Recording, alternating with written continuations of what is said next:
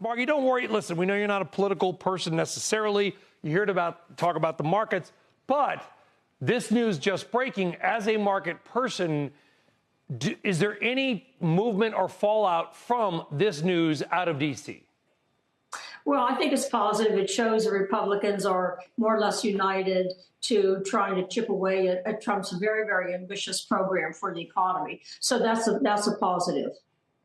Okay, so it's not like you're going to go out and change your strategy or buy this but not that because of this news, that it does look like, for all its dysfunction, there is a little function in the junction known as D.C.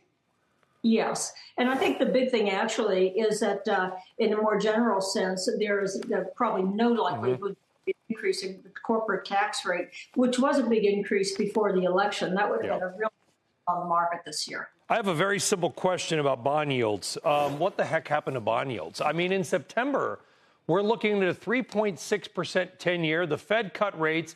They did the bazooka, half a percentage point.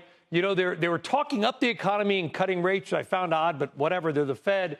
All of a sudden, in the last 90 days, 60 days, bond yields have gone from 3.7, 3.8% to 4.6%.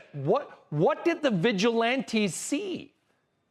Well, I think they see that inflation is going to be a lot more stubborn than the Fed had hoped, and it isn't going to be as sensitive, and especially if the Fed is cutting rates. Also, the Fed has shown itself to be very, very sensitive to damaging the economy. So I think it says basically the market thinks that the economy is very strong, so it likes it. And two, it says that inflation is likely to be higher than certainly that 2%, maybe around 3%.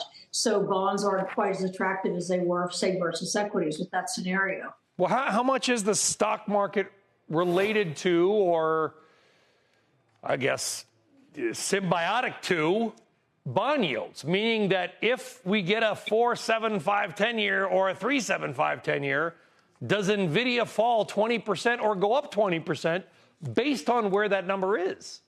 Well, I think we've seen in the bond market over the last few years, and you can relate to this, that really the bond market has become more or less detached from the equity market. And I think it's because so much activity is away from the balance sheets of the banks, which the Feds used to control in private equity, private debt. So that's why we're seeing these movements we can't explain. But basically, if the economy is going to grow 2.5% or so, and inflation is, say 3%, really a bond yield of 4.5% is really not going to be an impediment to economic growth. Certainly a company like NVIDIA won't have anything to do with the growth rate or their PE if we're up to 5%.